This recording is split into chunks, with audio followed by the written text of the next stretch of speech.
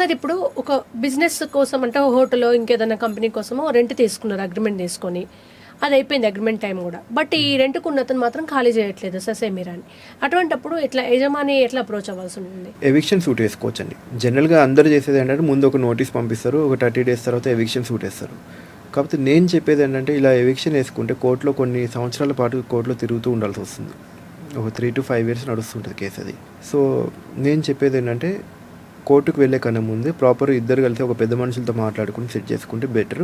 అది ఒకవేళ మీడియేషన్ కనుక ఫెయిల్ అయితే డైరెక్ట్గా power connection and water connection disconnect చేసేస్తే ఆటోమేటిక్గా ఇంకా వాళ్ళు ఉండలేరు కదా ఇంకా ఇంట్లో, ఆటోమేటిక్గా ఇల్లు ఖాళీ చేయడం జరుగుతుంది. కానీ ఇంటెన్షనల్లీ నేనున్న ఓనర్ని ఇబ్బంది పెట్టడమే నా టార్గెట్ అనుకుందాను నేను.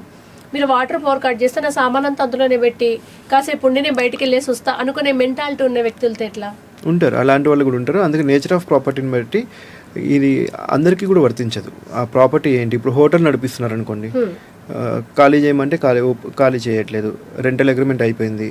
హోటల్ అంటే దగ్గర 40,000 50,000 రెంట్ ఉంది అనుకోండి సపోజ్. సో అలాంటప్పుడు వాళ్ళకి వాటర్ అండ్ పవర్ కట్ చేశారు అనుకోండి. సో అట్లా కాకుండా కొంతమంది ఈగో ప్రాబ్లంతో కనుక ఉంటే ఖచ్చితంగా ఇంకా కోర్టులో చూసుకోవాల్సింది. ఇట్లాంటివి ఎన్ని రోజులు అంటే లిమిట్ ఉంది, ఈ లోపే కంప్లీట్ చేయాలి కేసు జడ్జిమెంట్? అట్లా లిమిట్ ఏమి లేదు, మినిమం 2 years టైం పడుతుంది, మాక్సిమం 3 years పడుతుంది. జనరల్గా మన దగ్గరికి ఏంటంటే హాస్టల్ కేసులు బాగా వస్తున్నాయి ఈ మధ్య. మొన్న కరోనా అప్పటి నుంచి హాస్టల్లో వాళ్ళు రెంట్ పే చేయక ఖాళీ చేయక ఇలాంటి కేసెస్ చాలా వస్తున్నాయి. ఇటు టెనెంట్స్ వస్తున్నారు, ప్లస్ అటు ఓనర్స్ కూడా వస్తున్నారు. మామూలుగా వెళ్ళి హాస్టల్లో ఉంటారు, వాళ్ళు కూడా ఖాళీ చేయట్లేదని వాళ్ళు కాదు, హాస్టల్ పెట్టడానికి లీజుకి తీసుకుంటారు. పెద్ద పెద్ద బిల్డింగ్స్ అన్ని లీజుకి తీసుకుని హాస్టల్ నడిపిస్తూ ఉంటారు. సో మొన్న కరోనా అప్పటి నుంచి ఈ కేసులు బాగా పెరిగినాయండి. మరి ఈ జడ్జిమెంట్ వచ్చే వరకు వాళ్ళ పరిస్థితి ఏంటి? అదే కదా, అందుకనే నేను అనేది ఏంటంటే ఇట్లాంటి కేసెస్లో అగ్రిమెంట్ లేకపోతే, లేకపోతే అగ్రిమెంట్ డేట్ అయిపోయితే ఖచ్చితంగా ఈ పవర్ అండ్ వాటర్ డిస్కనెక్ట్ చేసి ఇట్లాంటివన్నీ వాళ్ళు ఆటోమేటిక్గా ఖాళీ చేస్తారు. చాలా మంది రెంట్కి వస్తే ఇచ్చేస్తారు. అట్లా కాకుండా మీరు చెప్పండి, ఫ్యూచర్ అంటే కీడెంచి మేలెంచి అనే ప్రాసెస్లో ఎటువంటి జాగ్రత్తలు తీసుకొని రెంట్కి ఇస్తే బెటర్? ఒక రెంటల్ అగ్రిమెంట్ ఉండాలి, ప్లస్ వాళ్ళ ఐడి ప్రూఫ్ తీసుకోవాలి మనం ఏదైనా. ఎందుకంటే అడ్రస్ ప్రూఫ్ ఏదైనా ఉంటే మనం రేపు నోటీస్ పంపించడానికి వాళ్ళ అడ్రస్ ఇవన్నీ తెలిసి ఉండాలి కాబట్టి. అది కాకుండా ఇద్దరు విట్నెస్లు ఉంటారు కదండి, రెంటల్ అగ్రిమెంట్ కానీ లీజ్ డీడ్ కానీ. ఆ ఇద్దరు విట్నెస్లలో మన వాళ్ళే అయి ఉండాలి, మనకి ఫేవర్గా ఉన్న వాళ్ళే ఉండాలి. ప్లస్ ఏజ్ తక్కువ ఉన్న వాళ్ళని చూసుకోవాలి. మరి ఏజ్ ఎక్కువ ఉన్న వాళ్ళు చూసుకుంటే రేపొద్దున కోర్టులో సాక్ష్యం చెప్పడానికి రావాలన్నప్పుడు వాళ్ళు కొంచెం హెల్త్ ప్రాబ్లమ్స్ వల్ల రావచ్చు, ఉండొచ్చు, ఉండకపోవచ్చు, ఏదైనా ఉండొచ్చు. సో అవైలబిలిటీ ఉండేవాళ్ళు, మనం చెప్తే కోర్టుకు వచ్చేవాళ్ళు, ఇలాంటి వాళ్ళని సాక్షులుగా పెట్టుకోవాలి. కమర్షియల్కి వస్తే మనం ఇది సాధారణంగా జాగ్రత్తలు తీసుకుంటారు ఒక అగ్రిమెంట్ లాంటిది. బట్ ఇది రెసిడెన్షియల్కి వస్తే ఇప్పుడు రెంట్ పోర్షన్ ఉంది, సింగిల్ బెడ్రూమ్ డబుల్ బెడ్రూమ్ ఇచ్చేస్తారు, ఊరికి ఒక ఫ్యామిలీ రాగానే ఇచ్చేస్తారు కదా. అటువంటి సందర్భాల్లో కొంచెం మొండి వాళ్ళు ఉంటే వాళ్ళతో కూడా తలనొప్పి అవుతుంది, ఇల్లు ఒక పట్టాన ఖాళీ చేయరు. వాళ్ళది ఎలా అండి, వాళ్ళకి ఎలాంటి వెసులుబాటు ఉంటుంది? ముఖ్యంగా ఏంటంటే ఒకళ్ళు రెంట్కి వస్తున్నారంటే వాళ్ళ బయట అక్కడ ప్రీవియస్ ప్లేస్లో ఎందుకు ఖాళీ చేస్తారో మనం కనుక్కోవాలి ఫస్ట్. వాళ్ళు అక్కడ రెంట్ ఇవ్వక సరిగా పే చేయక వాళ్ళు ఖాళీ చేపిస్తే వాళ్ళని తీసుకొచ్చి మన ఇంట్లో పెట్టుకుంటే మనం కూడా అదే ఇబ్బందులు పడాల్సి వస్తుంది. అదే కాక వాళ్ళ దగ్గర కూడా మనకి ఇచ్చేటప్పుడు ఒక అగ్రిమెంట్ అయితే ఖచ్చితంగా తీసుకోవాలి. ఐడి ప్రూఫ్, ఆధార్ కార్డు కానీ, తర్వాత రిలేటివ్స్ ఫోన్ నెంబర్లు ఇవన్నీ తీసుకుని పెట్టుకోవడం మంచిది. ఇప్పుడు ఎక్కడ జాబ్ చేస్తున్నారో వాళ్ళ ఐడి కార్డు కూడా తీసుకోవడం ఇంకా మంచిది. చాలా మంది మనం ఏం చూస్తామంటే ఇన్ని సంవత్సరాలు ఉంటే రెంట్ హౌస్ మన ఓన్ హౌస్ అవుతుందంట, ఇటువంటిది ఒక ఫేక్, అది ఎందుకు స్ప్రెడ్ అయింది చాలా. అందులో ఎంతవరకు నిజానిజం? అవన్నీ అపోహలండి. అంతే, ఎన్ని రోజులు ఉన్నా సరే రెంట్ పే చేస్తూ ఉంటే కనుక దాని మీద ఎలాంటి రైట్స్ వాళ్ళకి రావు. ఓన్లీ అప్పుడు ఎంత కాలమైనా వాళ్ళు ఓన్లీ టెనెంట్స్ మాత్రమే. ఒక సంవత్సరం నుంచి రెంట్ కట్టలేదు వాళ్ళు, వాళ్ళని ఖాళీ చెప్పేయడమే చాలా పెద్ద తలనొప్పి అనుకున్నప్పుడు వాళ్ళు వెళ్తున్నప్పుడు ఆ 10 months రెంట్ పోతుంటే ఓనర్ ఎటువంటి లీగల్ యాక్షన్ తీసుకోవచ్చు? రికవరీ ఆఫ్ డ్యూస్ అని ఒకటి కేసు వేసుకోవచ్చండి. అది కాకుండా మళ్ళీ ఏమైనా డ్యామేజ్ ఏమైనా జరిగితే రికవరీ ఆఫ్ డ్యామేజెస్ కూడా వేసుకోవచ్చు.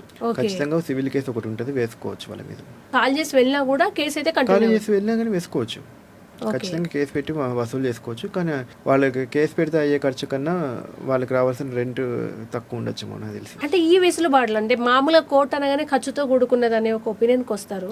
సపోజ్ ఒక ₹1,00,000 రెంట్ లాస్ అయినా పర్లేదు కానీ కేసు వద్దులే, టైము ఫీజు అంత డబుల్ అవుతుంది అనుకున్నప్పుడు ఇట్లా మధ్యవర్తులదే ఎక్కువ పరిష్కారం అవుతూ ఉంటుంది కదండి. ఇట్లాంటి వాటిలో ఎక్కువ మధ్యవర్తులు అయితే బెస్ట్. లీజ్ విషయంలో ఎట్లా ఉంటుంది? ఇప్పుడు ఇదే మనం రెంట్ గురించి మాట్లాడుకున్నాము, కొంతమంది ఒక 4 సంవత్సరాలకు 6 సంవత్సరాలకు లీజ్ తీసుకుంటారు, అక్కడ లీగల్గా ఎటువంటి అప్రోచ్ ఉంటుంది? లీజ్ కూడా అంతే అండి. లీజ్ డీడ్ రాసుకునేటప్పుడు కూడా మనం విట్నెస్లు మనకి ఫేవర్గా ఉన్న వాళ్ళని పెట్టుకోవాలి, ఐడి ప్రూఫ్ తీసుకోవాలి. వాళ్ళు బిజినెస్ ఏ పర్పస్కి తీసుకున్నారో మళ్ళీ వాళ్ళు వేరే వాళ్ళకి ఏమో రెంట్కి ఇస్తున్నారో సబ్ లీజ్కి ఇస్తూ ఉంటారు చాలామంది. సబ్ లీజ్కి ఇచ్చిన తర్వాత వాళ్ళకి డిస్ప్యూట్స్ అయ్యి ఆ ఎఫెక్ట్ మన మీద పడుతూ ఉంటుంది, ఓనర్స్ మీద కూడా పడుతుంటుంది. సో లీజుకి ఇచ్చినప్పుడు కూడా స్పెసిఫిక్ ఏ పర్పస్ ఇచ్చారో ఆ పర్పస్ అనేది రెంటల్ అగ్రిమెంట్లో క్లియర్గా మెన్షన్ చేసుకోవాలి. ఓకే, ఆ పర్పస్ మెన్షన్ చేయకపోతే చాలా ఇబ్బంది అవుతుంది. ఇప్పుడు సపోజ్ నాకు ఓనర్ ఒకటి ఉన్నారు, నేను లీజ్ తీసుకున్నాను, నేను ఇంకోరికి లీజ్కి ఇవ్వచ్చా? అది కూడా అగ్రిమెంట్లో ఉంటే ఇవ్వచ్చు. సబ్ లీజ్ ఇవ్వకూడదని కొంతమంది క్లాజ్ రాసుకుంటారు, అలాంటప్పుడు ఇవ్వకూడదండి. నేను రెంట్కి ఇచ్చుకోవచ్చు, అప్పుడు నేను లీజ్ తీసుకుని రెంట్కి ఇచ్చుకునే అవకాశం ఉంటుంది. అది దానిలో సబ్ క్లాజ్ రాసుకుంటే క్లాజెస్ని బట్టి ఉంటుంది అది. ఇప్పుడు ఇక్కడ రివర్స్ తీసుకుంటే అంటే ఒక వ్యక్తి లీజ్కి కానీ జనరల్గా ఏంటంటే లీజుకి తీసుకుని వేరే వాళ్ళకి లీజుకి ఇచ్చినప్పుడు వాళ్ళు రెంట్ పే చేయక వాళ్ళిద్దరి మధ్యలో డిస్ప్యూట్ నడుస్తున్నప్పుడు ఈ ఓనర్కి ఎఫెక్ట్ పడుతూ ఉంటుంది. సో అందుకే చాలా మటుకు ఏంటంటే సబ్ లీజ్కి ఇవ్వద్దు అని ఒక క్లాస్ పెట్టుకుంటూ ఉంటారు. ఇక్కడ రివర్స్ తీసుకుందామండి. ఇప్పుడు ఓనర్ దగ్గర నుంచి లీజ్ తీసుకున్నారు ఒకరు, ఓనర్ వల్ల ఇబ్బంది ఎదురవుతుంది, లీజ్ కన్నా ముందు వెళ్ళిపోమనడము ఇట్లాంటి జరిగినప్పుడు వాళ్ళ పరిస్థితి ఏంటి? ఇంజంక్షన్ వేసుకోవచ్చండి. ఇట్లా నేను ప్రాపర్గా రెంట్ పే చేస్తున్నాను, అయినా సరే ఓనర్ వచ్చి రెంట్ అగ్రిమెంట్ ఉన్నా సరే నన్ను వచ్చి ఇలా ఖాళీ చేయమని అడుగుతున్నారు అని ఒక ఇంజంక్షన్ సూట్ ఫైల్ చేసుకోవచ్చు.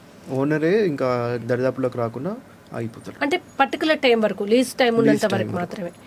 ఇక్కడ చాలా మంది ఏం చేస్తారంటే క్యాష్ ట్రాన్సాక్షన్ చేస్తారు. అంటే ఓనర్కి పలానా రెంట్ని ఒక నెల 2 నెలల్లో క్యాష్ ఇస్తారు. అప్పుడు ఎటువంటి ప్రూఫ్ ఉండదు, అంటే నమ్మకం మీద ఇచ్చేది ఉంటుంది.